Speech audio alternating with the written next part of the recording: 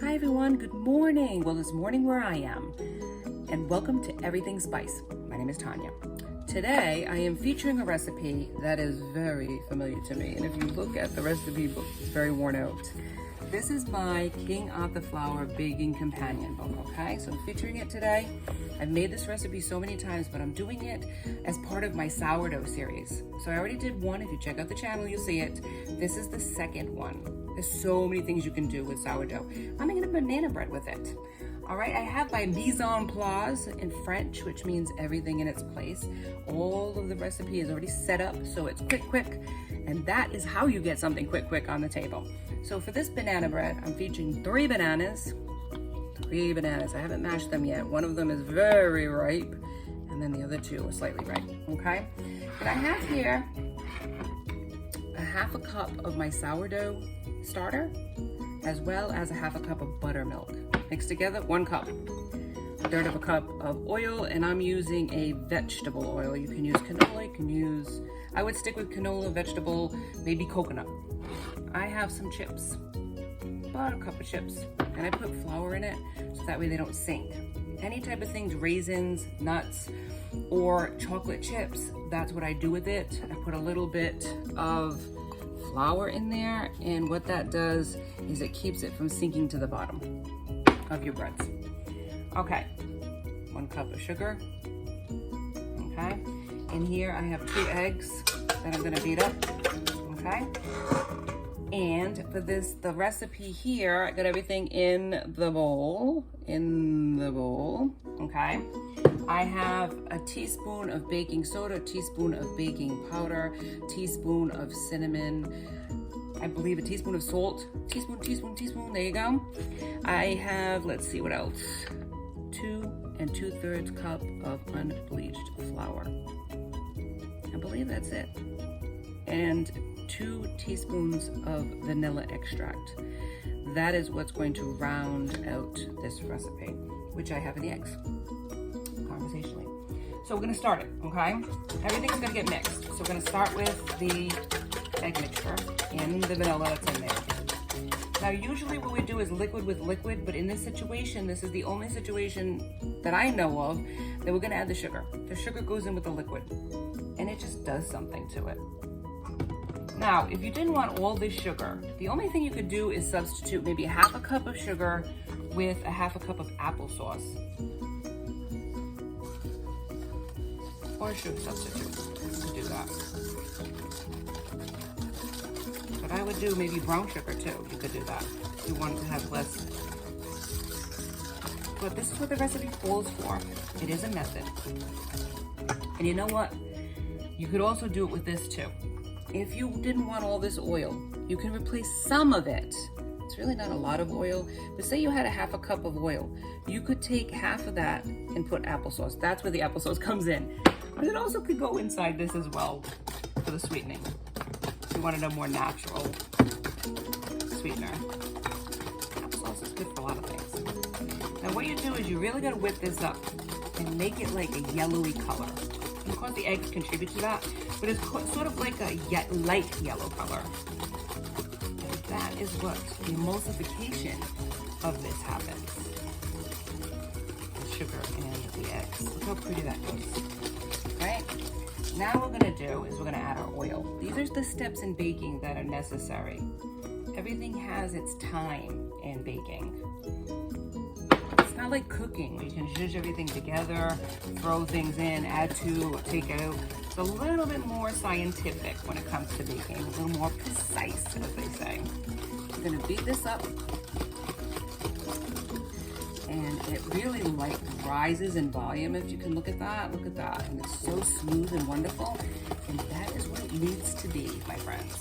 All right, perfecto, that's good. Now, if you wanted to at this point, you could add this. And a lot of this has to be, the majority of it has to be room temperature. Cold just gets in the way of this.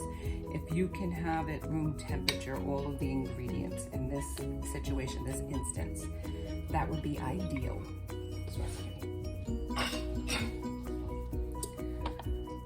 All right, I'm gonna stir this in and fold it in. We're not gonna beat it in like we did everything else. It doesn't have to be. Okay, we're gonna set that aside. Next, bring this to the 4. And what we do is we add the liquid to the dry. And not the opposite, believe it or not. So what we're gonna do is just mix all of the ingredients, all the baking soda, the baking powder, the cinnamon. Oh yeah, I also grated in some nutmeg. Now, nutmeg, what does it say for nutmeg in this recipe? It said I have a teaspoon, but you can add to or take out whatever you want. If you don't like nutmeg. But nothing smells like holiday like nutmeg, I can tell you that. All right, mix, mix, mix, mix, mix.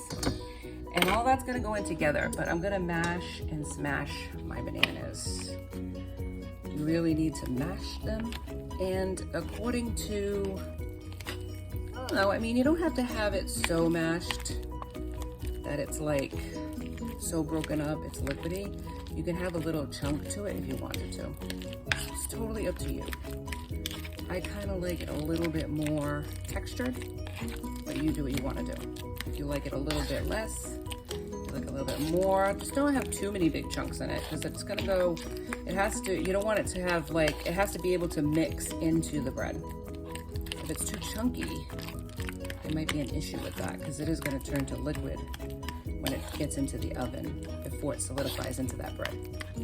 So you don't want it too chunky, but a little texture isn't bad. I like that rustic look to it. Maybe you do too, but like I said, there's certain points where baking can be a method, and this is one of them. You want a little more chunkier, you want a little more smooth, you can process it in the food processor if you don't want to do it this way, but I kind of like, I don't know, I like the feel of it of doing it myself. So this is why I do it. So here we go. See that? See that? See that? See that? Okay. I think you did. I think you got the point. The point. See? Did you get the point? Did you get the point? Yeah, you got the point. All right, here we go. Now what we're gonna do is we're gonna add all this together. I'm gonna put the bananas in last. Like I said, it's a step, a method. Okay, here we go. Here we come wassailing. We got the, here we go, we got the flour and all that. I'm gonna put a little bit of a well into it, dump it all in. Don't let any of this get away from you. This is just beautiful. It's beauteous, it's money, it's money. All right, here we go. Now, what we're gonna do is fold it in. Fold it in. Now, how we fold it in. Let me get rid of this for a second. Let me show you. Come to the bowl. This will be a one-hand wonder, so bear with me. Okay. Take it from the bottom and you fold it in. Fold it in, okay? Until it's all incorporated. That's how I do it. Once you get to this point though, this shaggy stage of this, you're not gonna all the way incorporate it because, guess what? Let me get this up here. You're on a stand now.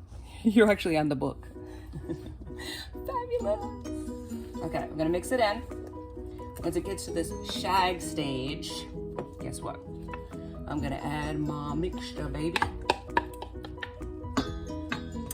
And let this part go. And just keep stirring it up. All right, at this point, I'm gonna use my wooden spoon. And you just turn, turn, turn, and this will mix very nicely.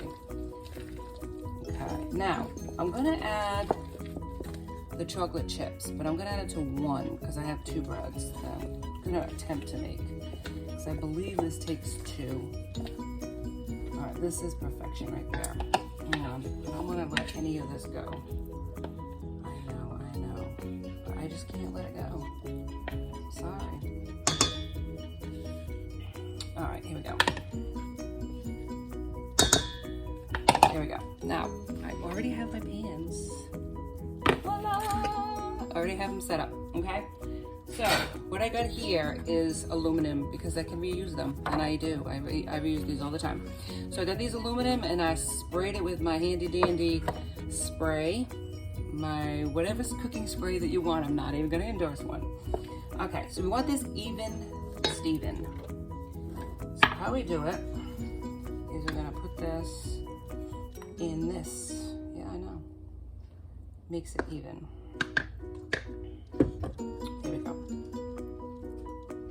one in this, one in that, and try to get them as even as possible. And in the middle of it, I'm gonna add my chocolate chips to one of them. Probably not the fancy dancy chef way of doing it, so you're not gonna see that on any network near you, but I'm not a chef. I am a home cook like you. And I wanna even it, because if it's not even, they don't come out even. So 1 and 1, that's how I'm doing it. Now, not everybody likes chocolate chips. What is wrong with you if you don't like chocolate chips? Come on now, chocolate chips are fabulous. Some people don't, I get it. Now I'm gonna put some in the middle and some on the top. So half in the middle, half on the top. I'll show you what I did here. Let's see, a little on the top. Come, see what I did, okay? And it's so fabulous, look at that. And then I'm gonna put the other on top, okay? I'll show you how you do that. Hang with me, hang with me. Banana bread, sourdough style, baby. All right, now half and half. Keep going with this until you fill up your pan. Now go like this. Give it another layer. Oh my goodness, it's gonna be so good. All right, I'm just gonna keep filling it up, and I will show you on the other side what it looks like before I put it in the oven. Stick with me today. It's a big baking day in the Everything Spice family. All right, right now what I'm doing is I'm evening it out, because you just want that smoother top. Now there might be a little bit more volume in the chocolate chip one because it has chocolate chips in the middle, remember that. All right, but what we're gonna do is top these off so we can make them even better, okay? And what I have here is the chocolate chips, the residual chocolate chips with the flour, and I'm gonna add that to the top of the chocolate chip one, so that way it doesn't sink to the bottom. And these are mini chips, these are not the whole chips, these are mini chips, so they're easier. I'm gonna put a little flour on top too so they don't sink. Some of them might sink, that's okay. That's okay, let them sink. It's still just gonna add to the gorgeousness of this beautiful, beautiful, look at that, pretty, pretty. Now, guess what I did, okay? I do have a plain banana bread, but it ain't gonna be plain for long. I used, there's some flour in here as well. And this is a Honey Bunches of Oats cereal. Yes, it is, it's Honey Bunches of Oats cereal. And you can use the Banana Nut Crunch too, blueberry, whatever. These cereals are fabulous. And I just crunched it in my hands, okay? You can use a food processor if you want it finer. Added a little bit of flour, doesn't sink to the bottom. And that's gonna be like a crunch top. It's gonna make it like a crunchy top to this. It's gonna toast and make it crunchy. And that is fabulous. I'm gonna put a bunch of it on there. Got it? Honey bunch. And if some of it sinks in, tap it in. That's gonna be a nice strudel topping. Almost like a strudel topping. Perfecto. We are done. 350 degrees I have my oven set at, and I'm gonna turn them, and if they get too brown at the top before they're actually baked, because it can take about 45 minutes to an hour for this type of bread, I'm gonna put an aluminum foil tent over them so that they can continue to cook internally while the top does not get too browned and burnt. That's a secret, okay? And then turn the pan. Keep turning the pan so that it's even browning, because ovens tend to not be even. They don't. And depending on whether you have an electric oven, like I have an electric stove, or you have a gas one, it can be faster or slower if you have convection versus a regular conventional oven. That can be. So pay attention to it. Don't go by just what the recipe says, because it can change depending on your oven. It can be slower too, where the liquid in this can take longer.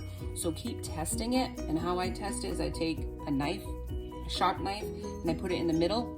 If batter comes out of it, then that means it's not cooked internally, and you gotta keep going with it, okay? So stick with me. I'm gonna show you the finished product of these beautiful sourdough banana breads. Thanks for watching. Welcome back to the final, ta-da! It's done, son. All right, so what I'm gonna do here is I'm gonna just check it out one last time.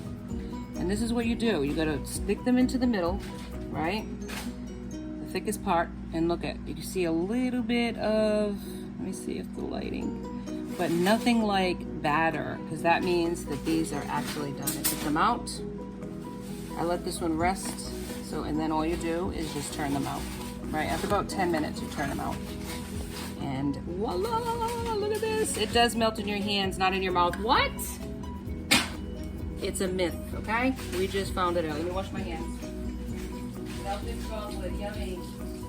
That's just extra for the cook. No, it's not. All right, and this is the banana streusel bread, right? Let's see if this turns out as easy, because I just took this out like a second ago. I had to kind of let it sit a little bit longer. Oh my goodness, the streusel is going to come running out. That's okay. That's okay. I'll pick up the cereal later.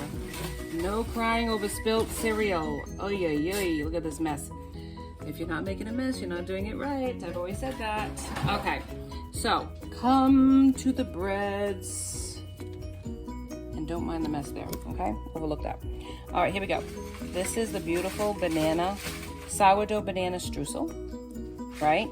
This one is the sourdough banana chocolate one. Ooh, which one would you like? Which one would you pick? I don't know. I like them both, actually. These are beauteous. Yummy, yummy, yummy, yummy, yummy, yummy, yummy. All right, this is it. If you enjoyed this episode, like, subscribe, and join me next time for Everything Spice. Be safe, everyone.